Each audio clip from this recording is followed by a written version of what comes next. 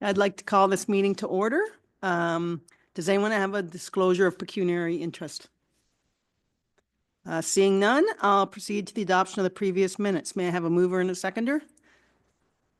Moved by Ian, seconded by Glenn, that the minutes dated January 28th, 2025 of the Short-Term Rental Committee be adopted as circulated. Are there any questions on those minutes? Seeing none, all in favor of the motion? The motion carries. Moving on to item 4.1, response from the surveys.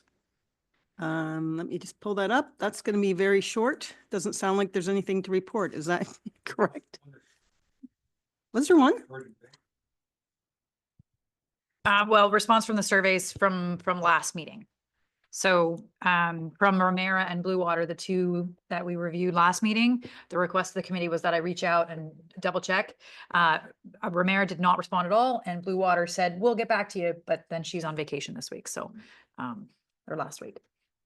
Okay, thank you for that. So moving on to item 4.2, review of the current bylaws, Township of Tiny. Not sure how we want to go about this. Mike, you had sent in some comments earlier. Did you want to take the lead on this one?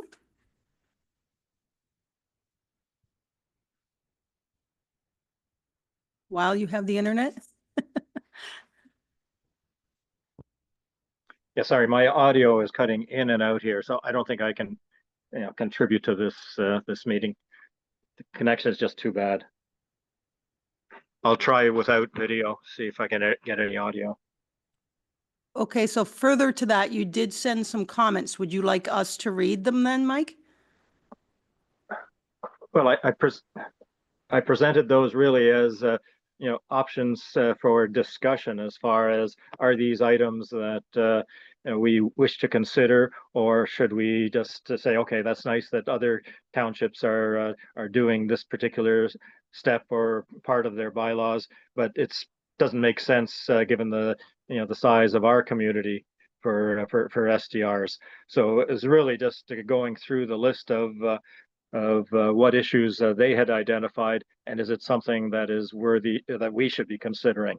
It was really just, not that I support any or all of them, but it's just a way of discussing some of the issues that are possible options for bylaws. Lawrence? So I do have the list here. So just so everybody's enlightened, when Mike wasn't sure whether or not he could be here, he did share what he just mentioned with myself and Jennifer. So I'm just going to read the list out loud, and then after that, maybe we can, somebody can chime in about what they think about it. So for Tiny Township, notable items are the number of allowed rental days. Minimum number of rental days per stay, maximum number of rental days per year, renter and licensee code of conduct, maximum number of renters and guests permitted as established in the license.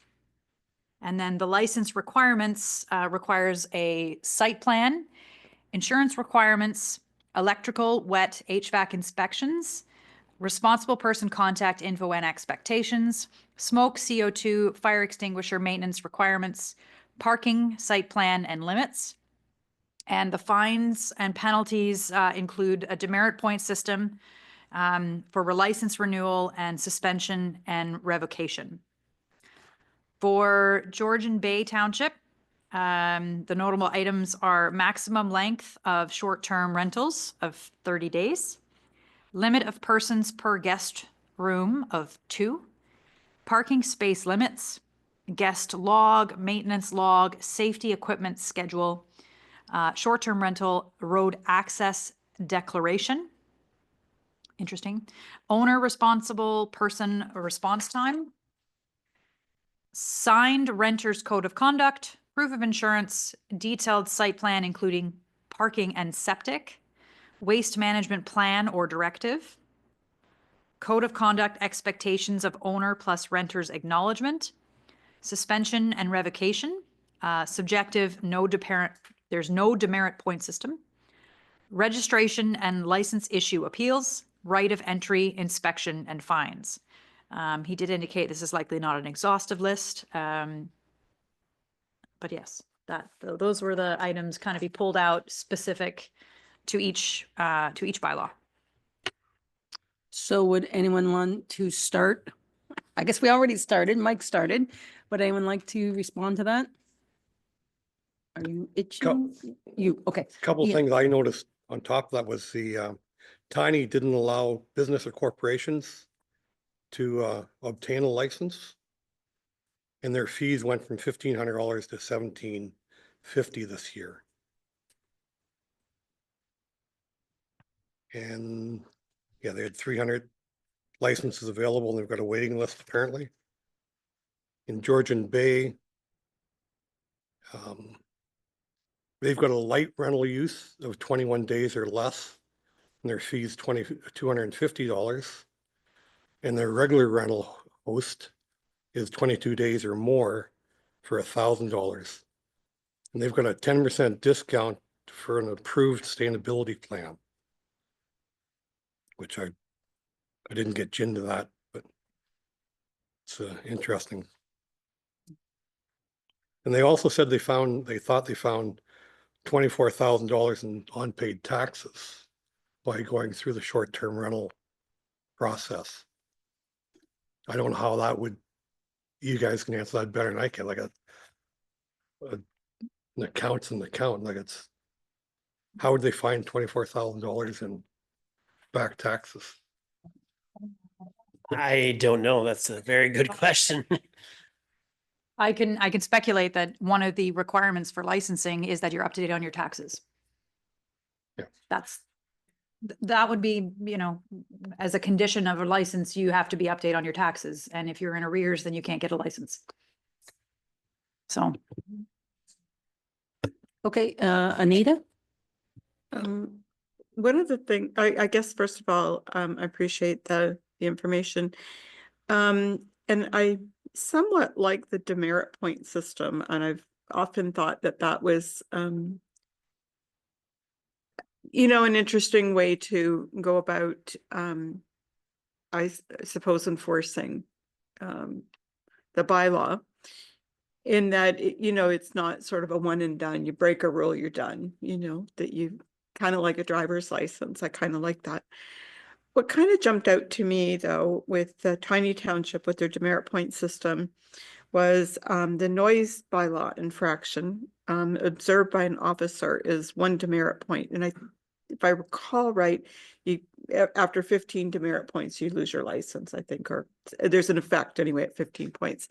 And I thought to myself that so often it's noise bylaws that seem to be the complaint that seems to resonate most with neighbors of STRs. And I got thinking, if it's 15 demerit points, 1 demerit point for a noise bylaw infraction, the summer's gone by before anything is really done about it. So if we were going to, adopt something like a demerit point system, I think we'd have to take a look at what complaints are resonating most from neighbors of STRs and really put a bigger chunk of demerit point towards that infraction.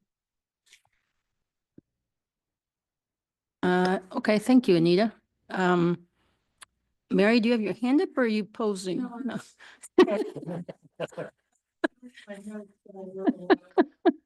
Okay, Sean, did you have your hand up? Okay. So a couple of things I noticed in Tiny was that I marked it down as neat or interesting. They capped the total number of short-term rentals in the municipality. They used 300. I just thought that was interesting that they provide an overall cap. I did question the parameters that they set around days and total days in a season, and I think that'd be really difficult to enforce. So I wonder what value or how they monitor that. It seems to be difficult. I questioned the electrical and HVAC inspections. I don't think that the the wet inspection is necessarily unreasonable. I found it interesting that there was an occupancy permit for houses built after 1986, that they had to provide that. I liked the parking requirements. And then the other thing I noticed, that the fine structure was a Part 3 summons. And I think that there's some benefit to having set fines, just for efficiency when you're trying to enforce. Okay, thank you. Mary, did you find your notes or? I did, no, I too questioned the number of days. I couldn't quite figure out what that was about. And then I thought, well, maybe, in terms of licensing, was it about, and some short-term rentals are just seasonal and some are, all year round. Was that what that was about? And perhaps that's something that, this township might look at too, like how many seasonal rental or how many short-term rentals are seasonal and how many are 12 months a year. And I would suspect that most of them are seasonal. Like there's no short-term rentals in ACW this past 10 days, that's for sure. And, and so does that affect how we would look at a license? Would you look at a license just for in the summer months or 3 months rather than 12 months? That's one of the things I was thinking about. I can't remember which one, it was 4.8, is that they were requesting 1 guest per bedroom. And I think probably in most short-term rentals, it's more than 1 guest per bedroom. There was a lot of inspections required, and I get that in terms of safety. But in terms of expectations on owners, it's a lot. And that may not be a bad thing. I'm just saying it's a lot. You're spending money for electrical inspections and HVAC inspections and wet inspections. The sustainability plan. One municipality was going to give a benefit if you composted and you had a flower garden. I'd like to see a bylaw officer enforce that, but it's a nice thing. It's a nice thing. Anyway, there was a lot of reading there. A lot of reading there. Okay, Ian?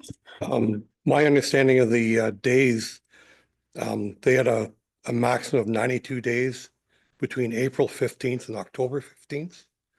So that's 1 in every 2 days you could rent it, like half time. So, and then the mayor came on the interview I listened to or read. The mayor said, well, and this is back when it was $1,500 a fee.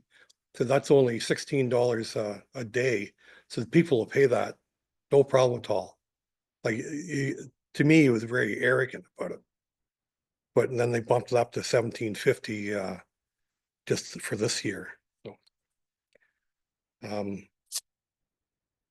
yeah. Okay, does anyone else have a comment before I make some? Go ahead, Glenn. Thank you very much, Madam Chair. And I guess my comment would be that I think I would suggest there's a fine line between expected compliance and that STR is being targeted. And I think we need to be a little bit aware of that. Thank you. Thank you. Now, I'd like to make some comments, not as the chair, whose job is kind of to round things up, but as an owner of an STR, a registered charity, based on the comments that everyone here has made. Ian, you pointed out that it doesn't allow a business to own one. Just the one. Yeah, right. And I think that would be problematic because our registered charity is a business. So I'm not sure what the thinking was behind that, unless they're trying to stop, I don't know, developers from coming in and buying a whole bunch. Pardon? I believe they're trying to stop corporations, from one big corporation going and buying a whole bunch of and making it, they're trying to keep it local, trying to keep the community aspect too. Yeah. Okay. Well, I mean, you could grandfather it in, and then if we're interested in protecting it, would be my thinking. I think that the number of days would be problematic to police because a lot of us, I don't think you do, and we don't necessarily get all our bookings from online. So now you're on an honor system of who's reporting. Did I do 22 days or 21 days? You know, I think that we're not comparing apples to oranges, you know. I think that that would be really tough. I think, Anita, your comment about the noise complaint, that is a lot of what we see, but we also see complaints about, and it's the people who didn't know, they showed up and they were told it had 4 bathrooms and there was 1, right? And there's 20 people and it sleeps 6. And the people coming didn't realize that it was falsely advertised too. So, our STR does have a maximum based on the beds, and we have been caught unawares when people showed up with a lot more.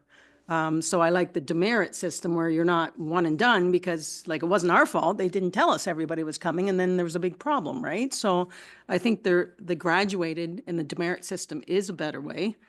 And we also have like you said, Sean, the parking is a good idea because we also have complaints about people parking when too many people show up and I agreed with you about some of the inspections, but I know our STR, we yearly inspect the COT. We don't, we pay Georgian Bay Fire or somebody to come down and do it. But we are a registered charity, so we have a higher set of responsibilities, I think. But I think everybody should check your batteries every year. And do you do it on your STRs? Probably not as regularly as you do in your house. So some sort of inspection like that. We do it more regular in the rental than we do in our own. We're diligent about that. The batteries are changed every year regardless. And Yeah, I agree with year. you. We do, but I've had sons who have rented houses in university towns and they're supposed to have them and they don't. So there's no inspections for some reason. So I'm kind of keen on making sure that the smoke and the COT is up to date because I think as a municipality, if we're issuing a license and we're not sure that they have got their smoke alarms done, then that makes us kind of liable, I think. So if we're going to be issuing licenses, then there has to be some ownership to make sure that, you know, that is safe for as it's advertised. And I guess those are my comments as a STR owner. And going back to the chair, does anyone have any other comments before we move along? Because we're kind of just keeping track of what we like of each bylaw. So at the end, is that correct, Florence? Yeah, so basically what we did last time round was we kind of talked about everything, and then as we were going, you know, everybody's kind of like, yeah, I kind of thought that was a good idea, and I'm making note of those items. And then we'll do that for this meeting, and then also I think the next one, and then after that, staff will pull together, you know, a very draft bylaw, kind of articulating the points that everybody thought was reasonable, and then from there we'll kind of go into them a little bit deeper. There's also a few things that were put on the proverbial parking lot. Those were items that not really sure. Like today's conversation, you know, the capping the number of days. That's a parking lot item as far as I'm concerned, because it's something that's talked about, but we're not sure if that's worth considering or not, right? So I think those are also items for a separate agenda item at some point, talking about the specific issues that, would it work here? Would it not? What's the reason behind them? And that kind of thing. So. Okay, well, it looks like we're doing 4.2 and 4.3 kind of at the same time. Do you have enough from this conversation? Would anyone like to add anything from this? Mary? I have a question about, I think it was 4.3. It was one of the municipalities, and I didn't write it down. They were going to have a offline conversation with you, Florence, I think, about Grancius, like the monitor. Yeah, did they come back to you? No, I haven't reached out further. I was kind of waiting to see where this was kind of at before I, you know, kind of dug into it a little bit different. But I generally, they're pretty receptive on having conversations. Romero, for some reason, I don't know why they're not responding. Maybe he's just so inundated with things, but. And just another question, because I'm just, if you can sort of renew my thinking about the cost of, sort of the average cost of one of those monitoring systems. Was there like a middle ground? Was there a, The number that's ringing off the top of my head right now is around 5,000. Annually. Annually. okay, And that's basically to kind of scour the websites and give you the most up-to-date current what's happening on the particular sites that they have. So, and that's only on sites, that's not on anything private, right? I couldn't say that, I understand some renters have their own private websites where they do those bookings. I believe that it would touch those, like it could scour and find that. Okay, thank you. Okay, so one of the things we touched on, but maybe didn't, are we just parking lot how much the fees are? Yes, so one of the things that at the last meeting was requested that after we've reviewed all of the bylaws, staff will come back with kind of a comparator report on the different fees for the different municipalities. And then that way, at that point, you can kind of have a review of what seems to be the norm or what seems, for the ones that we've reviewed, what seems to be kind of comparable. And I think that was also in and of itself a bit of a parking lot issue, because it can vary greatly as we're finding. Yeah, Anita? Florence, you're referring to the fees of the license. Is that what you're referring to? That and also probably fines as well. Okay. When you're trying to have a rough idea of that, I think it would be probably fruitful to see if there's a way to determine what the cost would be for staffing too, Yes. so that we can offset whatever you thought might be the costing of staffing to Yeah. monitor this and implement this. I wouldn't want us to go forward with this and have it cost the municipality. So You know what you know what I'm saying. My thoughts are coming together here. Basically, it's that the cost needs to be justified, and it also needs to be. It can't. It must be user pay. So in other words, the cost of the program or the cost of the licensing anticipated what it's going to be for the year, divided by your renters, counting how many staff it's taking or how much time it's taking, plus your program, the cost of the license should cover all that. Like it can't be arbitrary, is the word I was looking for. Yes, It exactly. has to have merit. So if somebody calls and says, hey, why am I paying $900? Well, Mhm. it's because it's cost this much to do the program. We have, 72 renters. The cost of the program divided by 72 is approximately this amount. Just like any of our user pay systems are done like that as well. But having said that, I wouldn't want, so just picking out a number, you've got 72 rentals, right? If those rentals happen to go up to 140, say double, I wouldn't want the people to think that, oh, well, now the licensing is half, you know what I'm Yeah. saying? So I would like it to have some kind of relationship between what it costs and implementing it as to, based on what you're suggesting for licensing fees. But I also don't want potential renters to think that, the price is going to fluctuate from year to year, depending on how many STRs there are. Right. A follow-up on that, and this is maybe a question for Mark, would this not be in a agenda, a budget line item, much like the streetlights or the water, where it's supposed to be user pay, revenue neutral, and if we make a little bit much, then it's kind of kept for them? And am I making sense to you? No, I think this could be run as a program. So whatever revenues we have come in and whatever expenditure we have come in, we can flow it through. And if there happens to be a surplus, that it is a user pay system for those, and that means we can carry forward whatever surplus or deficit we have to the next year. And then if we have to increase the rates, we can do so. And we can look at that on an annual basis. If it's covering expenses, great. But if it's not, then we need to, or maybe vice versa, we're creating more money than we need. Ian? My understanding is the low fees is $250 up to $3,000. It's pretty widespread. But it depends on the number of short-term rentals there are too. I think there's probably a break-even point where it's, whether you have 50 or 75, it's gonna cost the same amount to police it. But if you get over that 170, then it's easier, and then your numbers are gonna help carry the other ones. Okay, so further to that, Mike had put a fairly exhaustive list of what he saw as pertinent, which Florence read, and then we all kind of jumped in.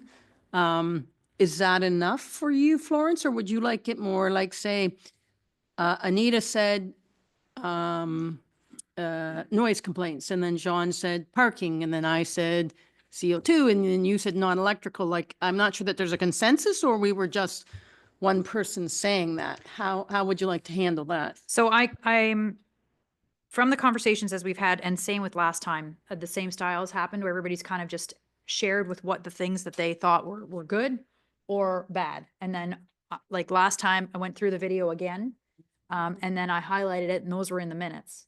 And then I'm going to take those pieces. So as an example from the last meeting, one of the first items was something that everybody really liked was the renter code of conduct. So I'm going to go to the code of conducts that we looked at and piece them together to make them suitable for ACW, you know, in terms of the language or whatnot, or at least what I would perceive to be. And then that would come back to the committee, and they would review that code of conduct and say, okay, that seems reasonable, or this piece, no, or that piece, yes. So there's, you know, there's a review of what we like, and then eventually we're going to come into the meat of it, right? I think we'll get more into that yay, nay, scratch that once we have those pieces pulled together. Penalties for non-compliance, that was one that, you know, I was like, so we could probably see what the scale is for that. That'll come to that report. Demerit point system, that seems to be I can tell that seems to be a consensus thing around the table for now. What the weight of those points are, that's up for debate as well. You know, whether the noise complaint is 1 or whether it's 3 or 5 or what have you. One thing that was put on the parking lot as an example last time around was a minimum distance between short-term rentals. So is it right to have, you know, if there's 10 cottages, all 10 of them be STRs? Is it? Is it not? That's something up for consideration. There was every other ones. What was it? What did we figure out, Kelly? It was. There was one for 300 meters. Yes. So I was in GIS and I was down in Amberley. So I just thought, I'm just going to pick on a cottage and put 300 meters. And it was 1 in every 80 cottages down there. For 300 meters. Yeah, that was one of the restrictions. And it's when you do that, when you know, we could even some night do it here, you know, you could pull it up and you could see it seems very unrealistic to do something like that. So I'm good when we look at these and everybody's had a chance to read them and something strikes you in the moment when you're reading it as, no, that's not fair, or that seems like a reasonable thing. We will take those, we will pull it together, and then we'll come back. So after, I believe next meeting, we've got 2 more. And then the meeting after that in April, I believe, is when we'll see how that kind of pulls together.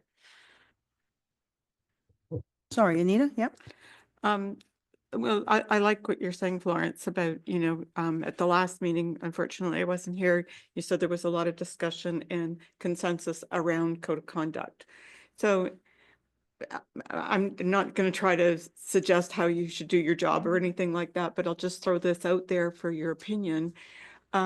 If, for example, you said that there was some kind of consensus on code of conduct, would it be reasonable to have you come back with some kind of draft on just code of conduct for at the next meeting, that we could cover that part as well as other agenda items on the meeting, so that, you know, as those pieces come together for the bylaw, that it's not all at once? Does that sound reasonable? I think so. And I think that, you know, even looking today, like having a conversation specific to demerit points, again, the specific, so the idea is that we take 6 bylaws and we look at them. These pieces are the ones that stick out for us. Okay. So come April, we'll talk about code of conduct, we'll talk about demerit points, and we'll talk about occupancy. Those will be the issues that we'll kind of tackle. We'll have some drafts that we can work with, change them up. And then the next meeting will kind of evolve from that as well. So that's kind of where I was thinking of it. So Just 1 second. So by April, did you mean March 25th, which is the next meeting, I think, of this? yes, there's still 2 more draft bylaws to review at the That'll be March 25th. 25th, and then April. we'll And go then into the that. April. Okay. The 4th Tuesday. Thank you. Anita? I was just gonna say, then you mentioned code of conduct, occupancy and demerit. Is that what you mentioned? That was an example, yes. Oh, okay. Um, Is it worth your while if we had those discussions tonight about those 3 items, or do you prefer not to? It's up to the committee. We have, in my opinion, we have time. So if you would like to, by all means, we are, again, this is the informality of the committee, and it's up to you guys to decide what you want to talk about, and we will bring back whatever it is that you need us to do. Ian? I've got some devil advocate things I want to bring up. If it's okay, before we go into the devil's advocate, which I fully endorse, I just want to finish this little part here, these 2 bylaws. So does anyone have any other comments about these 2 bylaws before we go into the next section?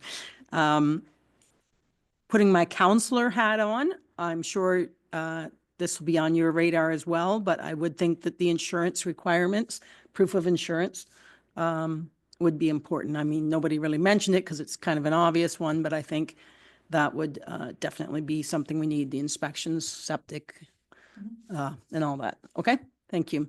Okay, Ian. First off, what is a short-term rental? There's lots of definitions in the stuff we've looked at. But I know in our association, I looked down, we're the only one that has a short-term rental that is designated a short-term rental in my eyes. Neighbors, both sides, and I bet you every other person on our association rents their cottage 2-3 times a year. So are they gonna have to pay a fee? Who's gonna inspect them? Are they even gonna apply for, it's cash, it's friends and family. So the chances are they're not going to apply by it at all or abide by anything we're doing, especially if we make it expensive and complicated for them. Second thing is, first meeting we had or second meeting we had, we talked about the current bylaws that are in ACW. The new septic system is just coming out. They've had 1 year in it. Is there any results on? Has anybody been found with a bad septic system that's not capable of doing what? Because I know you've hit the lake area first. You started at Amberley, you're working up. Our section is going to be next year. And I look forward to that because I really have no idea what our septic system's like, but because it was an old cottage when we bought it and it's worked well, but the current bylaws, we've got an open air bylaw right now. We've got a noise bylaw, which is a hefty fine if anybody can get caught.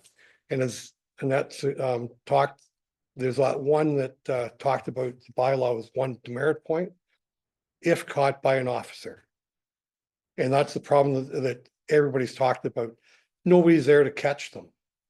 By the time the officer shows up the next day or 2 days later, that noise is gone. Nobody's going to stand up and say, that guy right there, he's the one that's really loud and obnoxious. And here's a picture of him. But nobody's doing that apparently. So the bylaws that we have now, noise bylaw, fire, there's a fireworks bylaw in Ontario and in ACW, I believe. Property standards, most of the stuff that we're talking about as issues, there are bylaws for them already. Are we doing something that we're double dipping, or do we just need to fund somebody to enforce what ACW does have?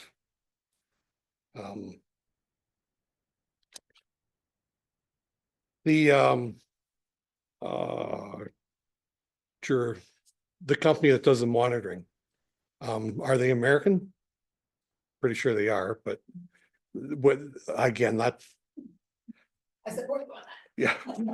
But are there any Canadian companies doing it? I don't know if there are or not. I couldn't find anything one that came out said it was Canadian. There are 2 and not not affiliated with an American company. My question there is, if they're doing all this scrubbing of Airbnb, Virgo, whoever else are doing it, are they doing it on personal Instagram posts, on personal web pages? Because a lot of people, like our cottage is not advertised any place outside of my daughter's Instagram, and it hasn't been advertised on that for 2 years, where it's all repeat stuff. So if these guys aren't doing, and I don't know how legal it'd be for them to come on and scrub something that's a personal thing. So they might never catch us as being a short-term rental. And same with yours. Like, I'm sure it's all, most of the people doing it are doing it through friends and family and co-workers. We've been quite open about ours because we've had an open house for all the cottagers to come down, and they actually rent it for some of their family and friends and guests to stay there so they don't have to stay with them. By limiting the number of people to the number of bedrooms to a maximum of 8 people plus 2, which it's anything I've found 3 different things. 2 people per bedroom or per sleeping quarters, plus 2 people is the maximum they can have, and no more than 8 people. A lot of the problems that we had back initially were overcrowded, too many people showing up, and again, we can't stop that, as you said, and I agree totally with you. Like, we're luckier there because we're just 2 doors down, so we see who's there, and most of them are friends and family and relations of some sort. So with most of the complaints that were there from the very start, there's 4 noise violations, 2 fireworks which were on July 4th. Good time to set fireworks off. And I think July 4th and July 1st, that long weekend, is legit for fireworks. Maybe not for short-term rentals in some places, but nobody's said that to anybody. Open air burns, there were 3 of them, 2 garbage, 2 septic, 2 parking, and 1 driving. That driving, who knows what it was? Was it somebody, a young guy driving and an old guy driving, or somebody who's been impaired or just acting like an ass? Most people in the country have done that at least once in their life. So again, looking at all those, I think with the bylaws that are enforced or that ACW have, they look after almost all those outside of the garbage. The septic should be looked after with a septic inspection thing. Although my experience in ACW in year in Kinloss, they don't ask how many bedrooms there are, how many washrooms or anything. And my understanding, talking to some people down farther Amberley way, whoever did the inspections didn't really check to see how many washrooms there were, how many bedrooms there were, how many people should be there. So they really had no idea what size of septic system there should be. Parking, that's part of the property standards, I believe. You guys probably are more aware of that than I am. So again, I'm just playing devil's advocate. I think a code of conduct is a great thing. And I think if everybody had a code of conduct, and we do for us, and I'm sure you do, and I'm sure you guys do too. Our people don't sign it, but it's given to them electronically and a paper copy. Again, I think it's something to be managed quite easily with the proper people running the short-term rentals. The 5 properties that had complaints, there's approximately 5 people, I think is what you came up with, 5 properties that had those 16 complaints. I don't know if any of them are corporate, and again, I'm with you, like that's pretty hard to say a corporate cannot have a place. But a code of conduct might be a great place to start and a great place to finish it. And again, if we get a bylaw officer that would, and I agree, there should be a fee for the short-term rentals, and they can fund that bylaw officer for weekend hours for whatever to go and do those complaints if there's somebody local that could get there. But we're never going to catch them unless somebody's going to be there to catch them. And it doesn't matter if it's the current bylaws or the short-term bylaws, we're not going to catch them. Yeah, I'm going to shut up now. I think that's great, Ian. I have so many things to say to that, but I'm going to give everybody, I just raised my own hand and put it down. So go ahead, Mary, you get to go first. I really appreciate your comments, Ian. Was reading over this and going over my previous notes, and we do have bylaws, you know, that address, or my sense is that address most of these things that already exist. But it's about enforcing those bylaws. And, you know, if creating a short-term rental bylaw and, you know, billing it and having staff and like that, there's a lot of cost to that. And certainly in all the reports from the other municipalities, there's a lot of staff. There's a lot of money that goes to salaries for staff. And what would happen if, you know, this municipality looked at increasing the bylaw officers to deal with the existing bylaws? And then, I don't know, I guess I'm, you know, as a short-term rental person, you know, we've had very few problems. And when we looked at the amount of complaints from last year, there weren't that many, you know, and to create a whole system that costs a whole lot of money for something that, you know, could be a problem. And I get that regulating, like having safe places for people to stay is really important. But is it just because everybody else is having a problem, does that mean that ACW is having a problem and that we need to do we have to jump on that right away? You know, could people voluntarily say, yeah, I've got a short-term rental and I'm willing to, you know, work with my community to make sure that there are standards. And if there's a fee, that's good. But I think regulating it to the point where, do we have to regulate it right now? Can it be voluntary? I don't know that. But with increasing, sort of bylaw enforcement, will that help? You know, I think Blue Water, there's a thing in the paper or the Focus, you know, from Blue Water who do have a short-term rental policy, and they've been spending a lot of money and having difficulty enforcing those bylaws. And is it changing the culture? Is it changing people's willingness to comply? And I just wonder, is there a different way, or do we have to do exactly what Tiny Township are doing, or what you know, whatever those other townships are doing? Because I think we have a lot of cottages, but we don't have a huge volume, right? And it's not 12 months of the year, you know, it's 3 or 4 months of the year max, or at least that's what I'm thinking.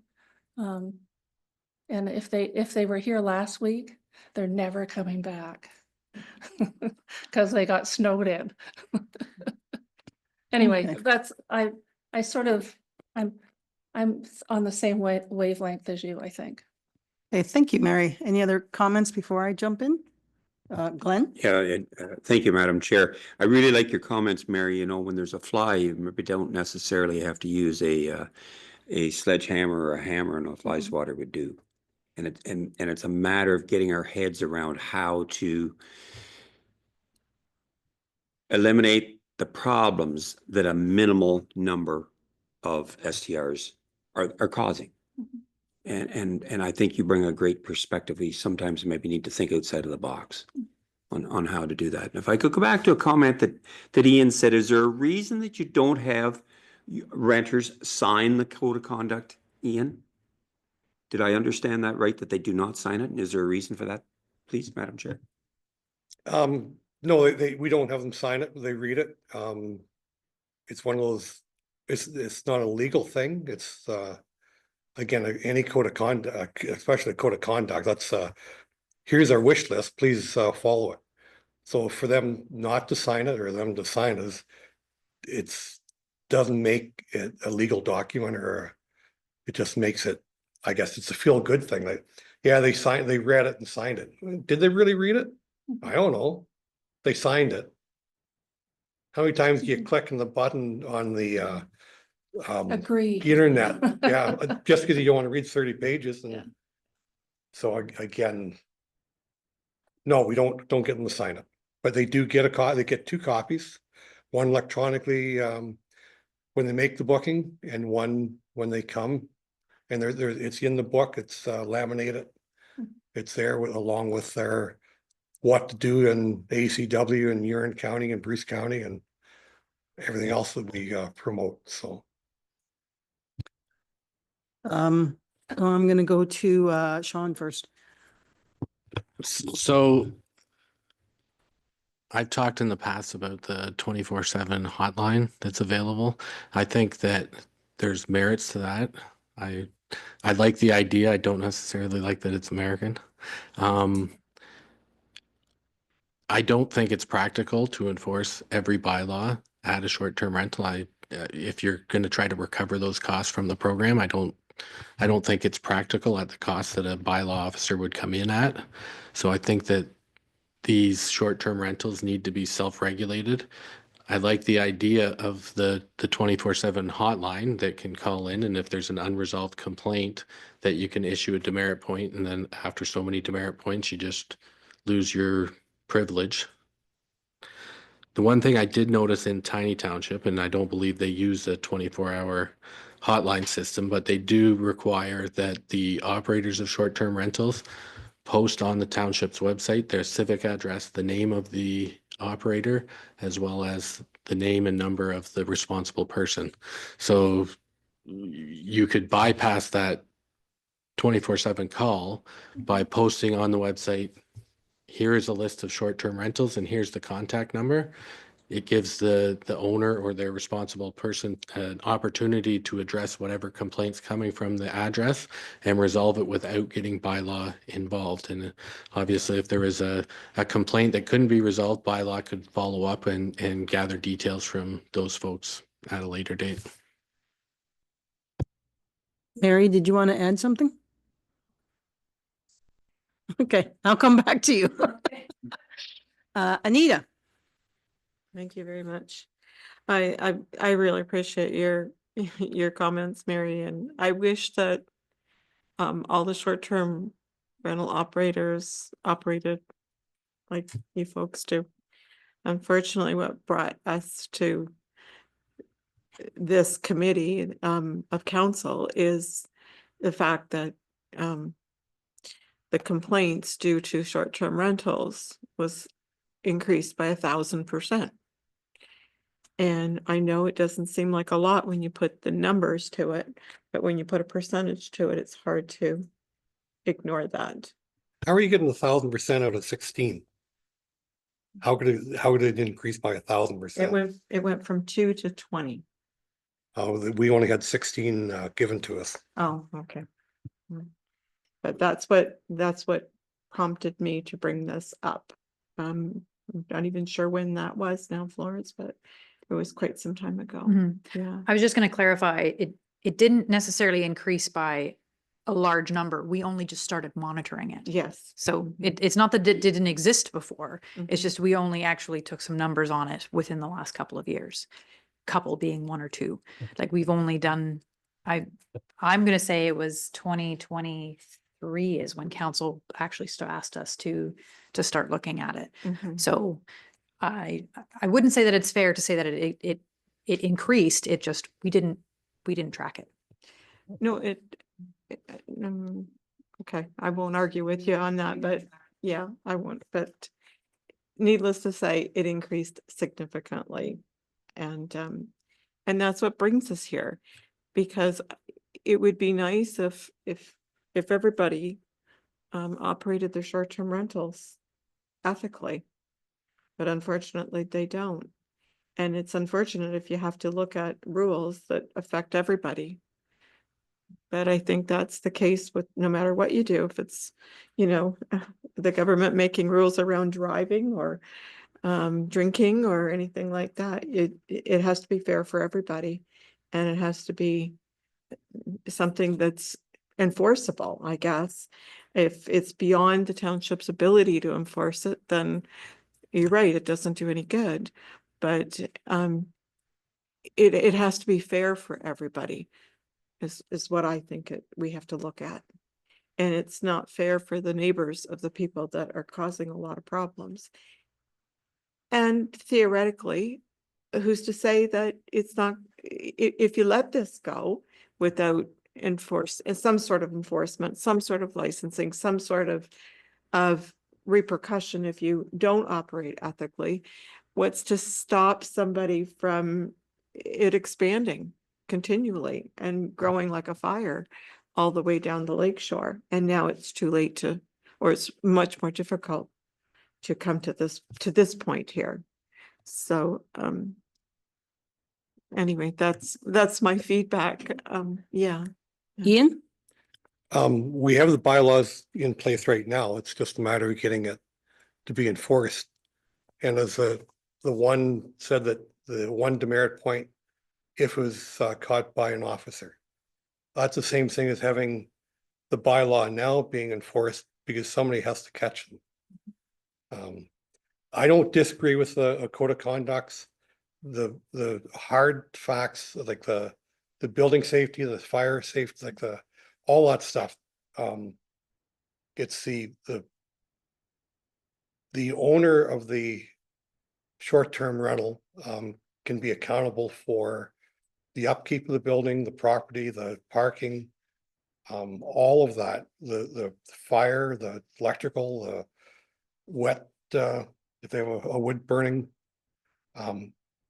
all that stuff can be put on the onus of the property owner.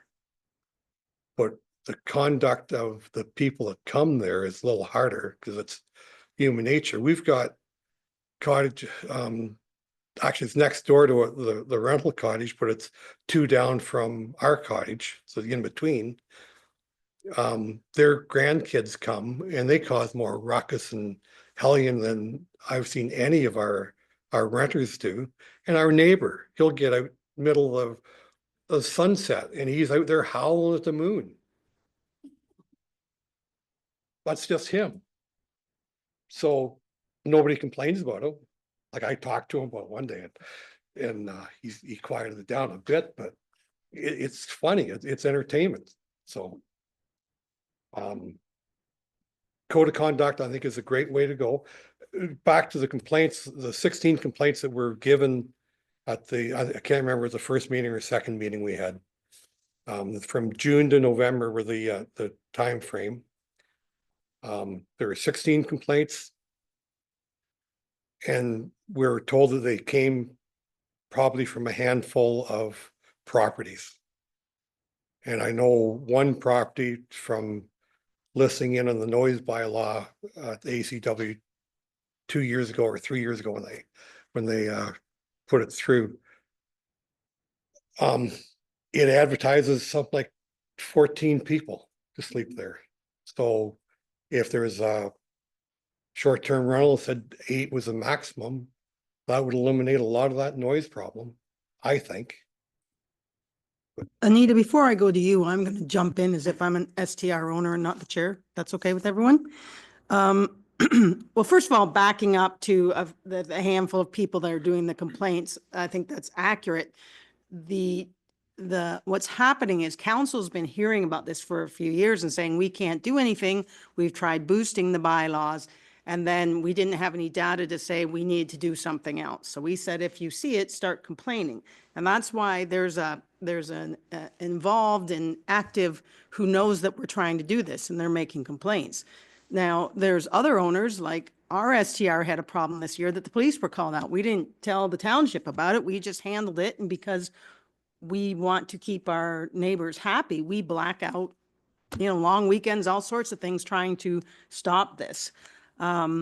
So I think the council knows that there's an issue and we're trying to move forward on something, and that's why we're meeting here. I just saw, and I'm not sure who said what, so I'm just gonna, and I have notes all over the place, so just bear with me here. I just saw the value of 21 days or less, and that would be to license the people who only use it 2 or 3 weeks a year for their friends. They just have a short little thing so that we can say, okay, if there's a problem and you don't think there's going to be, but at least you're licensed, right? I think the biggest component of this is education. Because yes, we have bylaws, and how many of us knew all about the bylaws before we got on this committee? Like, there has to be an education piece for the STR owners to say, these are the bylaws, please post this list in your STR, and these are the fines, okay? So that's a big step, because a lot of our STR owners don't know that. Even our STR doesn't have our bylaws posted because a volunteer, probably myself, has to figure out what they all are and cite them and do all that, right? It'd be a lot easier if the township said, here, you have an STR, these are the bylaws that may concern you, right? So I also am cognizant that some people might not even register as an STR. So maybe we need to do a grandfathered, graduated entry. Tell us now you're about it for this year. It's a greatly reduced fee. If you're only using it for your neighbors, great. It's going to cost you this nominal amount. This is what we want you to post. This is how we're going to do it. And I like the idea of a non-American 24/7 hotline or the civic addresses posted. But at least that gives the people who are complaining about the problem somewhere to go down the line, right? And I think the demerit where it has to be caught, well, I would think that a video is as good as the bylaw officer. Why is the bylaw officer has to be there? He's not going to get there at midnight on a Saturday night. But you could say, here it is, it's Saturday night at 12 o'clock. Here's the civic address. This is a noise. That would work in court. I don't see why it wouldn't work. Why does the bylaw officer have to submit it to the bylaw officer if you want? And then that's his problem. But at least then you got a demerit point and you can send it to the owner or whoever. But again, I think that the education is key. Know who the STRs are. Give them something that they can enforce. And a friend of mine went up to Gravenhurst in the summer, and they rented a cottage, and they had to make a $300 deposit. And if they didn't get a call from the neighbors, they got the $300 back. So there's the code of conduct. This is what you're supposed to do. But if I get a complaint that I'm going to have to pay a bylaw, you aren't getting your deposit back. So that gives some teeth to that code of conduct, right? Rather than just saying, here's our wish list. It's like when you go to the hotel, you got to put down $150, $250 damage deposit, and they give it right back if you didn't break anything, right? So do that with noise and all that, and give the STR owners who are trying desperately to do the right thing, that they're not the ones bearing the cost when somebody shows up under false pretenses or says they'll obey and then doesn't, right? Make the person who did it wrong, and let's protect our STR owners, really, and give them a tool that they can manage with.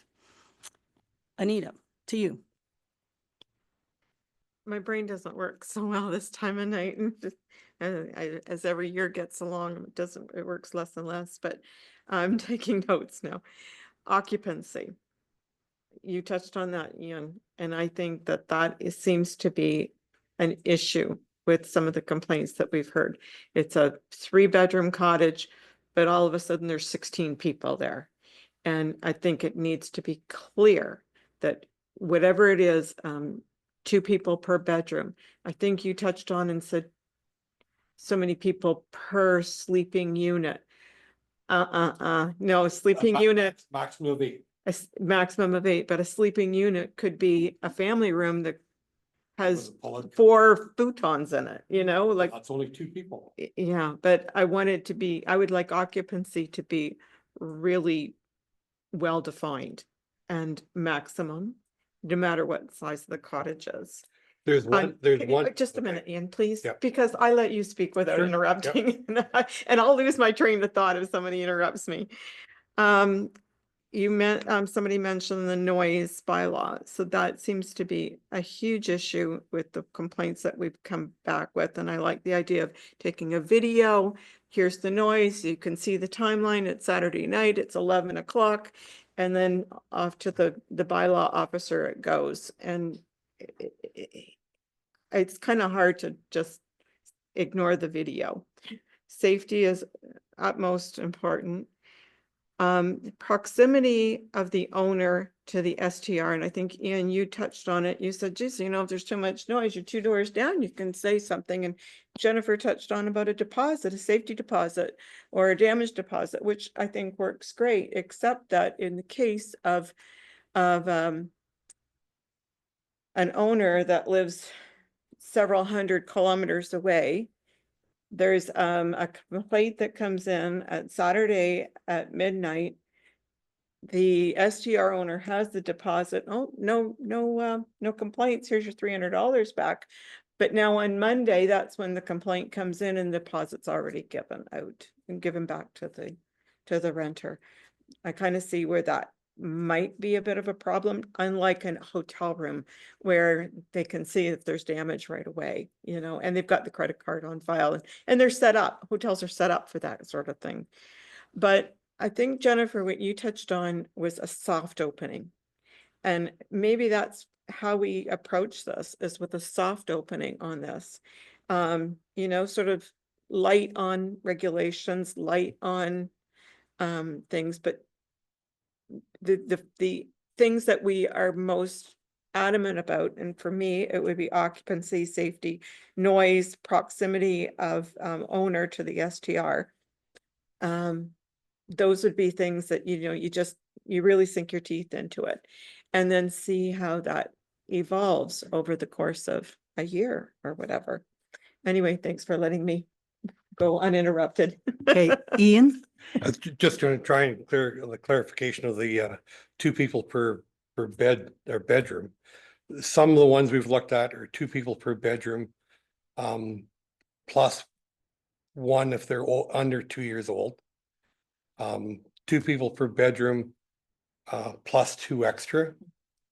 Maximum of, I think they all had maximum of 8.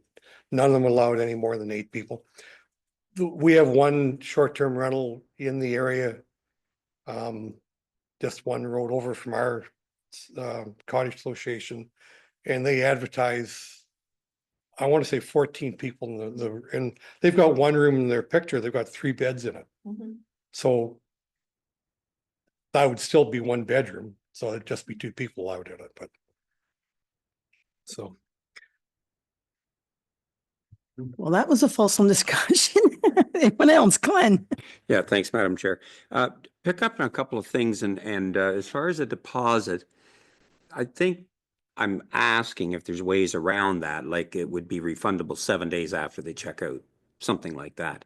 And that would provide enough time for anything to come to the surface. The second, do you have any information, clerk, on the effectiveness? And I like Sean's comments as far as a 24/7 hotline. Do you have any awareness of the effectiveness of that as opposed to a bylaw officer per se? Well, I was just thinking about the answer to the first question. I lost sight of it when you asked the second one. Can you repeat the first question, Glenn? Yeah. Sorry. And that was as far as the down payment, Oh. refundable in 7 days after checkout. I don't know that that's something we would regulate. I think that's a responsibility of an owner. Like, that's something that they would want to do inherently to protect their own license. I think that's not something that we could necessarily regulate. And the second question was, sorry, the time of day is getting to me. Yeah. Oh, the effectiveness of your knowledge as far as the effectiveness of the 24/7 hotline that Sean had brought up earlier as think opposed to that- a human yeah. being. Sorry, on-site. I think that would be about just as effective as the responsibility or the integrity of the short-term rental owner as well. I know off the top of my head, a couple in the township that if there was a hotline, there may not be an answer.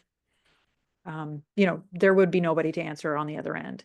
And I get the whole demerit thing. If you don't answer it or if you don't follow through with it, then that also is a demerit point that would come off of your own, you know. I don't have experience with it, so I can't answer that thoroughly. I think it's a great option in terms of self-regulation, kind of keeping the onus off of bylaw enforcement and on to the owner to keep tabs of their renters if they can. And then if push comes to shove, that's when some kind of enforcement would come into place, likely the OPP if it got to that point. Mark? And we talked about this the last meeting that if there was a hotline or if there were a contact, they have to be within a reasonable distance from the short-term rental, because if they're from Hamilton, well, that's not gonna do anything. So. Ian? In all the ones we've read, gone through, it's where they have to be within an hour notice. Georgian Bay is actually thinking about doing it to 2 hours. I'm sorry, Tiny. Township of Tiny is looking at changing that to a 2-hour get to the place to go back to the bylaw officer. Right from the very start, like we talked about a video or a recording of noise or fireworks or fire out of control. Then it was brought up that the neighbor doesn't want to ride out the short-term rental because it might backfire on him. So that, and I agree with you. I think if somebody's willing to stand up and say, these guys are really loud and obnoxious and here's the video, or here's the recording, we all have recorders and cameras and with our phones. So, but a lot of people don't want to get involved. Go ahead. When it comes to bylaw enforcement, complainants are protected under municipal freedom of information. So if you make a complaint about your neighbor, there's nothing that's going to reveal that, except when the bylaw enforcement officer says to the complainant, listen, I'm going to go charge these people. The only way that I can charge them is if you stand up and say, I saw it. So there's a fine line there. If the bylaw enforcement officer can't charge it because the complainant doesn't want to reveal who they are, that creates, that's a whole other little problem there. I appreciate that information, but I think we could get around that if that's not the right way to say it. But we could avoid that problem by saying, okay, he doesn't get a fine, that's fine, but he still gets a demerit, right? And I think that's the whole point. Yeah. Is that the bylaws are difficult to enforce and the licensing gets a way around it, as you just said. It adds the complaints. If you have 15 points and every time you get a complaint, and we've got enough, we have enough emails or videos or whatever to justify, or at least in the opinion of the person who's giving out the demerit points. And I think there's another little weight there too. There's a discretion there at the whether or not it can be proven. And I'm not sure how that works in terms of requiring proof or when you get to a legal point, if it got contested, if somebody lost their license and said, well, why? Well, you had 15 demerit points. Well, what were the demerit points for? Well, one of them was for this noise bylaw. Well, that wasn't noisy that night. Where does the onus of proof rely on, right? So those are, I'm kind of diverging here. So, Mary. Yep, Mary? And I think that's one of the issues that Blue Water was having, is that they couldn't enforce it because there wasn't proof, right? And then the legal fees to carry that through was really, really difficult. Can I just add another thing? I think that there's probably a lot of people along that that have been renting cottages forever, may not have a listing on short-term rental, and it's a piece of what happens in this community, and that's part of our culture. And I think things have changed in the past decade or so with Airbnb and VRBO, and, you know, people holiday differently than they used to. And I think that's a fact that we're not going to get rid of, but but how do you encourage those people that are coming to the community? It's not just about making money, it's about being a part of the community, being responsible citizens. And those are the people that are making the noise or partying. Well, there are people that party until 4 o'clock in the morning, but it's not a lot because they have to live in the community, right? And so how do we as community members, and how do we as a municipality make that a thing? Because I think that's important, and that may sound sort of Pollyanna-ish, but you know, it's that probably has a lot of bite as well as demerits and fines. And I don't think that there's anybody who rents a cottage that does not get a damage deposit. Whether it's your granny or, Uncle Bob, you get a damage deposit because you don't want to lose your stuff, right? And that adds an element of responsibility. And 30 years on doing this, I've only kept one damage deposit. I think that a lot of people that live along the beach, they know, well, that's a rental, and you've got to be nice to your neighbors to be able to keep on having different people come in. And those people have to be vetted. And the people that are, like having mega parties, they're not vetted. And those landlords are not responsible community members. So how do we get them to be responsible community members? Anyway, I'll stop now. Did you want to add something, Florence, before I jump in? I wasn't gonna add something, I was gonna suggest the next step. Oh, I'm gonna wrap that up then. Okay. I think that, and I'm going to state that this meeting is not going to go on much longer because I was kind of laughing when everybody started losing their train of thought. You'll notice my 2 fingers are pointing to my point, so I don't forget, okay? So Anita, I think we're going to leave it's not a ballpark, parking lot. We're going to leave those to the next time. But something you said, Mary, I thought was really good. And I can't remember what it was, but this is what it made me think, that I like this thought of a soft start, and we're going to soft start it by saying, we want to do this for our community members who have been doing it for this long. There has been a change since COVID. Verbo, Airbnb is American, Verbo is Canadian, for those of you who want to know, and switch. They're changing somewhat the structure of what has worked well for the last 30 years. So we're going to do this because we want to retain our community and make sure that, bad guys don't come in or whatever. In addition, when we talked about the legality of, you're at 15 points and you've lost your license. I know from other people related to me, but not me, that when you get demerit points driving, they don't wait till the very end. You get letters saying, you did this, here's your ticket, and this was the date and the time, and we have it on record, right? So we're not talking slam the hammer. It's hey, you have 2 complaints this month. You are down to this many, and it's going to be reviewed at this. Hey, you have another 2 complaints, right?